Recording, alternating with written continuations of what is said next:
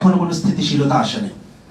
আপনি জুলাই হত্যাকাণ্ডের যে হত্যাকাণ্ডগুলো হচ্ছে, সে হত্যাকাণ্ডগুলো আজকে যে মামলাগুলো হচ্ছে, আপনি খেয়াল করবেন যে সেখানেও ব্যক্তি স্বার্থ, ব্যক্তিগত দ্বন্দ্ব, ব্যক্তিগত স্থানীয় প্রভাব বিস্তারের জন্য আজকে দেখবেন যে বিভিন্ন ব্যক্তিকে আসামি করা হচ্ছে।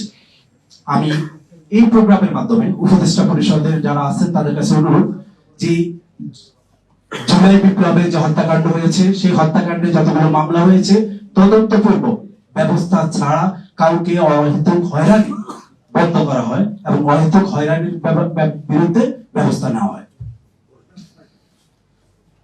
আপনি যদি আরেকটু কথা আমি যদি বাড়িয়ে বলি আমার জায়গা থেকে, যে ইসলামী যুব আন্দোলন সাম্য মানবিক মর্যাদা ও ন্যায় বিচার রাষ্ট্রের কায়েমের পক্ষে যে অগ্রণী ভূমিকা রাখতেছে, সেই ভূমিকা অবশ্যই আজকে যুব সমাজের কাছে সমাদৃত একটি শক্তিশালী প্ল্যাটফর্মের নাম হচ্ছে ইসলামী যুব আন্দোলন। তো আমরা ইসলামী যুব আন্দোলনের কাছে যে আশা ব্যক্ত করতে পারি যে আমরা সামগ্রিক প্রবলেমের কথা বলতে পারবো, আমাদের কাছে সমস্যার কোনো অর্থ নেই, সমস্যা সমস্যা সমস্যা, কিন্তু সমস্যার মূলই হচ্ছে এ দেশে এখনো পর্যন্ত স্বাধীনতা পরবর্তী এখনো সাম্য মানবিক মর্যাদা ন্যায় বিচারের রাষ্ট্র প্রতিষ্ঠায় কেউ এগিয়ে আসেনি।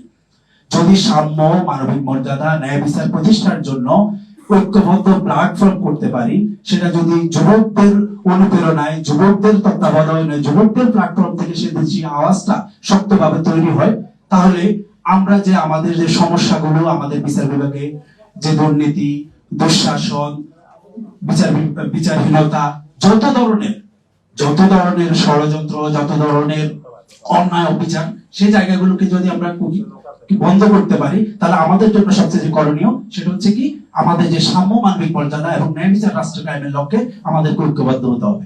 আজকে আমি গতকালকে চ্যানেল আইতে আমাদের শাইখ চরমনাই ইসলামী আন্দোলন বাংলাদেশের সিনিয়র নায়েব আমিরের একটি বক্তব্য দেখলাম। তিনি স্পষ্ট করে যে সাম্য মানবিক মর্যাদা ও ন্যায় বিচার রাষ্ট্র কায়েমের জন্য যে আহ্বান জানিয়েছেন, যে তিনটি মূলনীতি ইসলাম, দেশ, মানবতা, তিনি সুস্পষ্ট করে বলেছেন ইসলাম, দেশ, মানবতা এই তিনটি শর্তে মূলনীতির ভিত্তিতে এদেশ ইসলামের শক্তি বা ন্যায় বিচারের শক্তি বা ইনসাফের শক্তিগুলো ঐক্যবদ্ধ হওয়ার জন্য আহ্বান জানিয়েছেন। তো নির্দিষ্ট করে ইসলামী শক্তির কথা বলেননি। যারাই ইসলামের পক্ষে, মানুষের পক্ষে, মানবতার পক্ষে অবস্থান নিয়েছেন, অবস্থান নেবেন, এই মন মানসিকতা পোষণ করছেন, তাহলে এমন স্পষ্ট বক্তব্য থাকার পরেও আমরা কেন তার ভয়েসটাকে রাইজ করতে পারতেছি না? আমরা কেন এই আহ্বানটাকে শক্তিশালীভাবে উপস্থাপন করতে পারতেছি না? আমি ইসলামী যুব আন্দোলন সহ যুব আন্দোলনের বা যুব শক্তির নেতৃবৃন্দকে বলবো, যারাই এরকম আহ্বান নিয়ে আসবেন, যারা ঐক্যবদ্ধ প্ল্যাটফর্ম করার জন্য এরকম সুস্পষ্ট মূলনীতি সামনে নিয়ে আসবেন, তাদের বক্তব্যগুলোকে ছড়িয়ে দেন, এই বক্তব্যকে জাতীয়ভাবে উপস্থাপন করেন, জাতীয় শক্তি গুলোকে ঐক্যবদ্ধ করুন।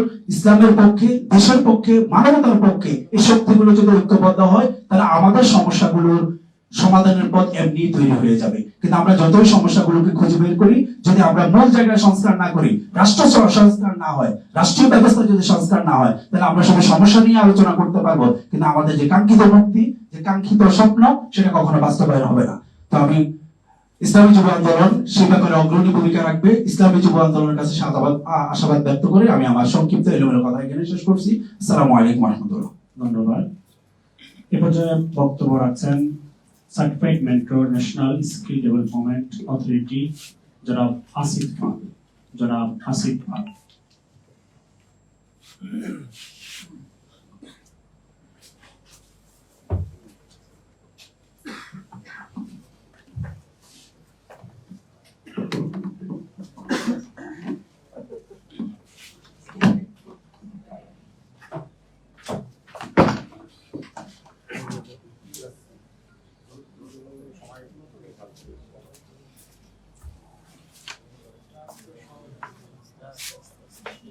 আসসালামু আলাইকুম।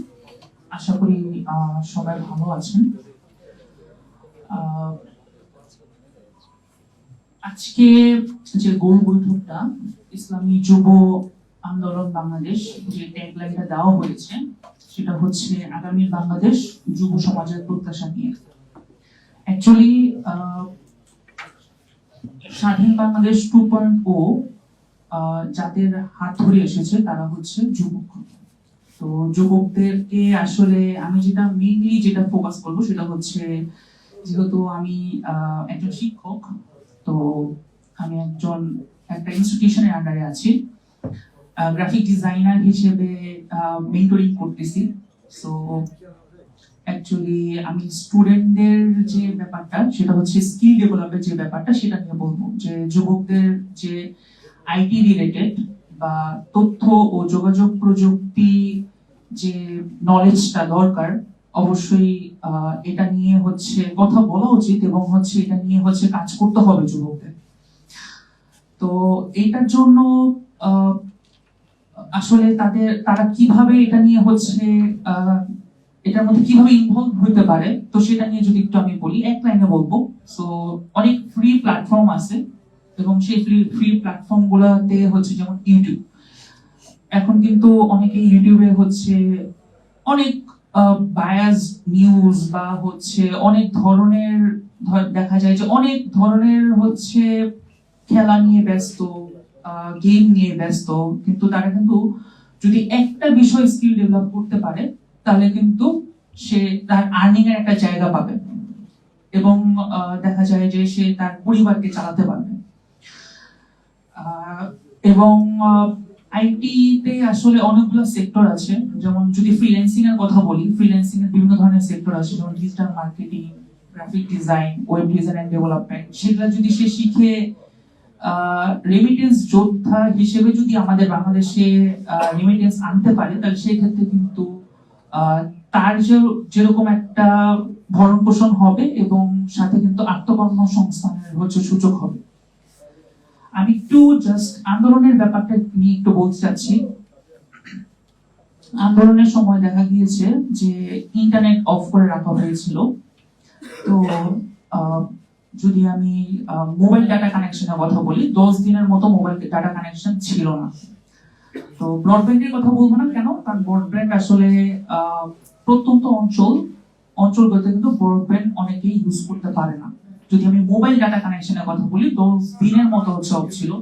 সেখানে কিন্তু অনেকেই রেমিটেন্স আদান প্রদান করতে পারেনি, প্লাস হচ্ছে অনেকেই কিন্তু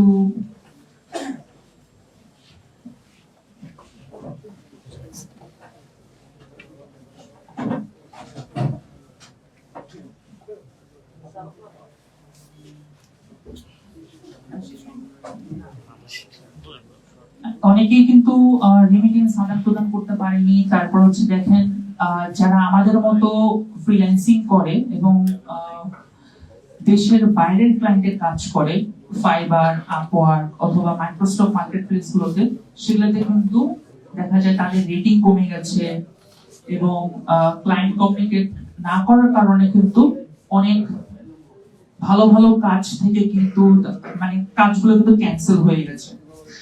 আমি একটা আমার জায়গা থেকে বলবো যে ইন্টারনেট সেবা যেটা, সেটা যেন হচ্ছে নিরবিচ্ছিন্ন থাকে এবং একই গতিতে যেন হচ্ছে আমরা পাই। সাথে হচ্ছে আমাদের বাংলাদেশে কোনো পেমেন্ট গেটওয়ে, মানে লাইক হচ্ছে ইন্টারন্যাশনাল যে পেমেন্ট গেটওয়ে যেটা পেপালটা কিন্তু এখন আমাদের বাংলাদেশে আসেনি।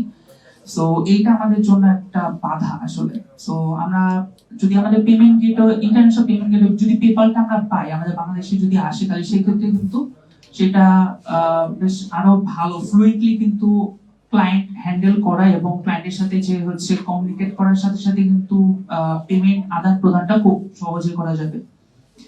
এরপরে হচ্ছে রেমিটেন্স এর কথা যেহেতু বলতেছিলাম, আমি খুব জাস্ট কয়েক মিনিটের মধ্যে হচ্ছে শেষ করে দেব। রেমিটেন্স এর কথা যেহেতু বলেছিলাম, জুন মাসে আসলে আমাদের বিগত 4 বছরের যদি কথা বলি, জুন মাসে কিন্তু সবচাইতে বেশি রেমিটেন্স হচ্ছে এসেছে। জুলাই মাসে কিন্তু এটা ড্রপ করছে এবং যদি আগস্ট মাসের কথা বলি, এখন আগস্ট মাসে হচ্ছে 222 কোটি 13 লাখ মার্কিন ডলার রেমিটেন্স আমরা আনতে পেরেছি। সো এটা কিন্তু একটা বিগ অ্যামাউন্ট সত্যি কথা বলতে গেলে।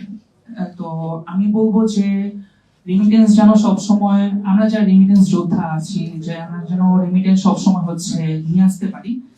আর আরেকটা কথা সেটা হচ্ছে অবশ্যই স্কিল ডেভেলপ করতে হবে। স্কিল ডেভেলপমেন্ট তো সবসময় কথা বলি আসলে, এবং ইসলামী যুব আন্দোলন বাংলাদেশ কে অসংখ্য ধন্যবাদ।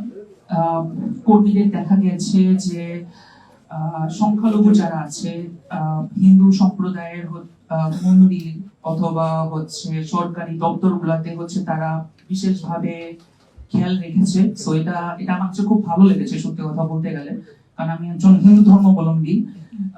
এইটা আসলে যখন আমি নিউজটা দেখলাম, এবং এটা আসলে আমাকে আসলে ভিতর থেকে একটা রেসপেক্ট একটা জায়গা তৈরি হয়েছে সত্যি কথা বলতে গেলে, এবং এটা খুব গর্বের সহিত এবং প্রাউডলি আমি বলতেছি। এবং লাস্টে একটা কথা বলবো, সেটা হচ্ছে আমাদের রিফর্ম দরকার, মানে আমাদের আত্ম উন্নয়নের জায়গাটা আরো স্ট্রং করতে হবে। দিন শেষে কিন্তু আমরা সবাই বাংলাদেশি, বাংলা ভাষাভাষী মানুষজন, এবং আমরা ভাই ভাই। তো অবশ্যই আমাদেরকে আত্ম উন্নয়নে কাজ করতে হবে। সো এই বক্তব্য করে আমি আমার বক্তব্য শেষ করছি। ধন্যবাদ সবাইকে। জি, ধন্যবাদ।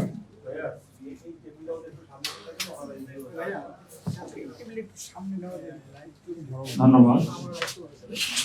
আগামী বাংলাদেশ যুব সমাজের প্রত্যাশা শীর্ষক আজকের এই বৈঠকে